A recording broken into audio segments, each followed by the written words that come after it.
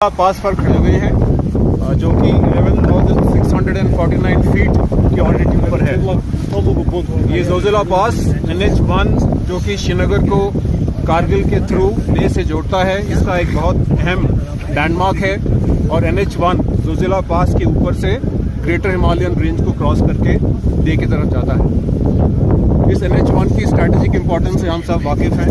कई सालों से ये रोड लेह लद्दाख के क्षेत्रों में रहने वाले जितने भी सिविल पॉपुलेशन है और हमारे नॉर्दर्न बॉर्डर्स में हमारी जितनी भी सिक्योरिटी फोर्सेस डिप्लॉयड हैं, उनके सस्टेनेंस के लिए ये एक लाइफलाइन का काम कर रही है। इस NH1 को मेंटेन करने की रिस्पांसिबिलिटी बॉर्डर रोड्स ऑर्गेनाइजेशन की है। श्रीनगर से लेकर के जोजिला पास तक इसे प्रोजेक्ट बीकन मेंटेन करता है और जोजिला पास से लेकर के कारगिल एंड बियॉन्ड इसको प्रोजेक्ट विजयक मेंटेन करता है। सर, दूसरी बार ये जो हाईवे है 5 जनवरी को भी ओपन है, तो कितनी बड़ी अचीवमेंट है BRO के लिए? बता रहा हूँ, सर्दियों का मौसम शुरू होते ही हम जानते हैं कि कम टेम्परेचर्स होने के कारण यहाँ के टेम्परेचर्स -25 तक जाते हैं और भारी हिमपात होने की वजह से ट्रैफिक का मूवमेंट इस रोड के ऊपर संभव नहीं हो पाता है। और अगर हम पिछले साल के कुछ आंकड़े देखें तो 15 नवंबर से लेकर के दिसंबर के पहले हफ्ते के बीच में जोजिला पास को ट्रैफिक के लिए बंद कर दिया जाता था।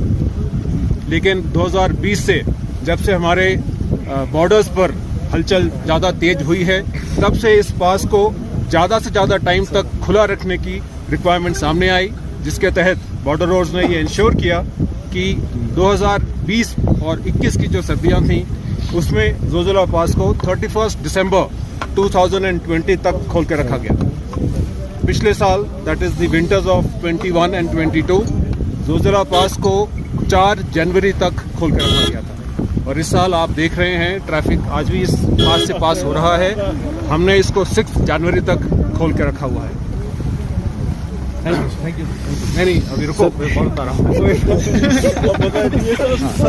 मौसम, हाँ, सर्दी ऐसा है, ठीक है। एंड और कल से जो एक हेवी वेस्टर्न डिस्टर्बेंस का एक प्रेडिक्शन है, उसके चलते इस रोड को इन सर्दियों के लिए बंद किया जाएगा। इस पूरे रोड को खुला रखने के लिए मैं आप सबको बताना चाहता हूँ कि जो बॉर्डर रोड के कर्म योगी हैं, उन्होंने बहुत ही कड़ी मेहनत और परिश्रम करके इस रोड को खुला रखा है। और मैं खास करके नाम लेना चाहूँगा प्रोजेक्ट बीकन का 122 RCC और प्रोजेक्ट विजयक का 55 RCC। और मैं आप सबको यकीन दिलाना चाहता हूँ कि आने वाली सर्दियों में मौसम के हिसाब से जल्द इस रोड को दोबारा खोला जाएगा और ट्रैफिक बहाल किया जाएगा। Thank you sir, thank you. पूरी कोशिश की है कि पाए ताकि पूरा यूटी और लद्दाख के लिए हम ये कम्युनिकेशन स्ट्रैटेजिक रोड खोल के रखें। मैक्सिमम लास्ट टाइम हमने 4 खोल के रखा था और अभी हम पूरी कोशिश करके एक्सटेंड करके कल 7 जनवरी से हम क्लोज करने की प्लानिंग कर रहे हैं, ताकि जो यहाँ पे लोकल कम्युनिकेशन, लोकल सप्लाईज वो अभी तक जारी रखी है हमने किसी पूरा प्लानिंग करके एंड आगे भी हम देखेंगे कि आने वाले वक्त में स्नो क्लियरेंस हम लगातार करते रहेंगे ताकि हम जल्दी से जल्दी की कोशिश करेंगे। सर, लद्दाख के लिए पहले उनके लिए 6 मंथ्स के लिए बंद रहता था, काफ़ी प्रॉब्लमैटिक था, उस हवाले से कुछ नहीं है। हमने पूरे पिछले साल भी कोशिश की थी कम से कम पीरियड के लिए क्लोज करके रखने के लिए। इस बार हमारी वही कोशिश है कि जो लास्ट टाइम हमने जितना डेट में क्लोज किया था उससे और कम दिन हम क्लोज कर पाए और ज़्यादा से ज़्यादा टाइम के लिए खोल के रखें, ताकि जो कम्युनिकेशन है, सप्लाईज है, लोकल पब्लिक के लिए ये सुविधा बने और ये रोड और पास खुला रहे उन सबके लिए। और विजयंक और BRO का जो ये है सर, विजयंक और BRO का जो कोलैबोरेशन है, इसके बारे में कुछ बताएं। यूटी और BRO प्रोजेक्ट बीकन है, प्रोजेक्ट विजयक है, हम सबका बहुत अच्छा तालमेल है, बहुत अच्छी अंडरस्टैंडिंग है।